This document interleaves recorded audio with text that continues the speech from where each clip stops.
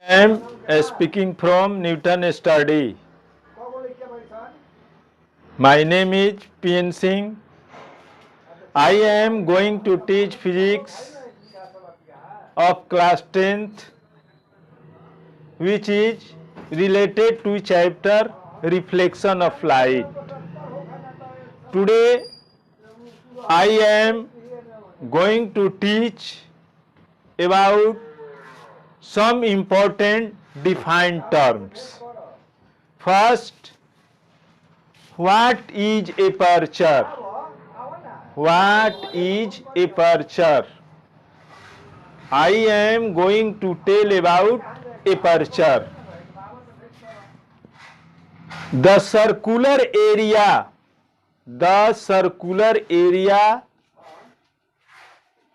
that determines the amount of light falling on a mirror or a lens is called its aperture.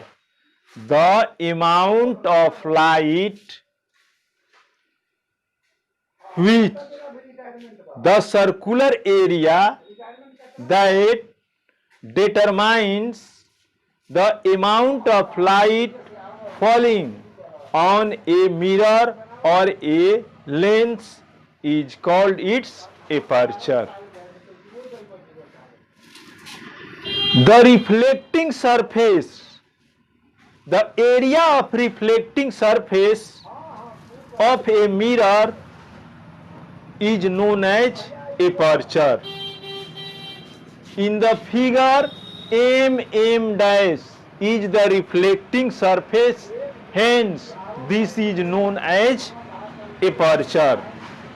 The area of reflecting surface of a mirror is known as aperture. Next term, pole. The center point of a spherical mirror is called its pole. In the figure, P is the pole of mirror. The midpoint of a mirror is known as pole. The midpoint of a reflecting surface is known as pole. The midpoint of a reflecting surface of a mirror is known as pole, or the center of the spherical mirror is known as pole. The midpoint of the spherical mirror is known as pole. It is denoted by the letter P. Pole is denoted by the letter P. Next, center of curvature. The center of hollow sphere of which mirror is a part is called center of curvature. It is denoted by the letter C. The center of the hollow sphere of which mirror is a part is called center of curvature. It means that the center of a hollow sphere of which mirror is a part is known as its center. मैंने कहने का मतलब ये है कि mirror जो है जिस स्फेयर का पार्ट होता है, जिस स्फेयर का भाग होता है, उस स्फेयर के सेंटर को सेंटर ऑफ कर्वेचर कहते हैं. The center of a hollow sphere of which mirror is a part is called center of curvature. It is denoted by the letter C. In the figure, C is the center of curvature because C is the center of hollow sphere. C is the center of hollow sphere, hence C is the center of curvature. Next, radius of curvature. The radius of the hollow sphere of which the spherical mirror is a part is called the radius of the curvature of the spherical mirror. The radius of the hollow sphere of which the spherical mirror is a part is called the radius of the spherical mirror. It is denoted by the letter R. The radius of hollow sphere of which the mirror is a part is known as radius of curvature. It means that mirror is a part of a sphere.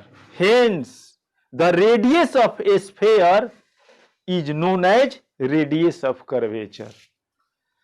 Mirror is a part of hollow sphere. Hence, the radius of hollow sphere is known as radius of curvature. In the figure, CP or PC is known as radius of curvature. It is denoted by the letter R. Radius of curvature is denoted by the letter R. The radius of the hollow sphere of which the spherical mirror is a part is called radius of curvature of the spherical mirror. It is denoted by the letter R. Radius of curvature जो है letter R के द्वारा denote किया जाता है. Principal axis. The straight line passing through the center of curvature and the pole of a spherical mirror is called its principal axis. A straight line which passes through center of curvature and pole is known as principal axis. माने वह line जो centre of curvature और पोल से पास करती है उसको हम principal axis कहते हैं. The straight line that passes through center of curvature and pole is known as principal axis. Now I stop my teaching. I will see you in next video with new topics. At last I say you must subscribe my channel. Thank you.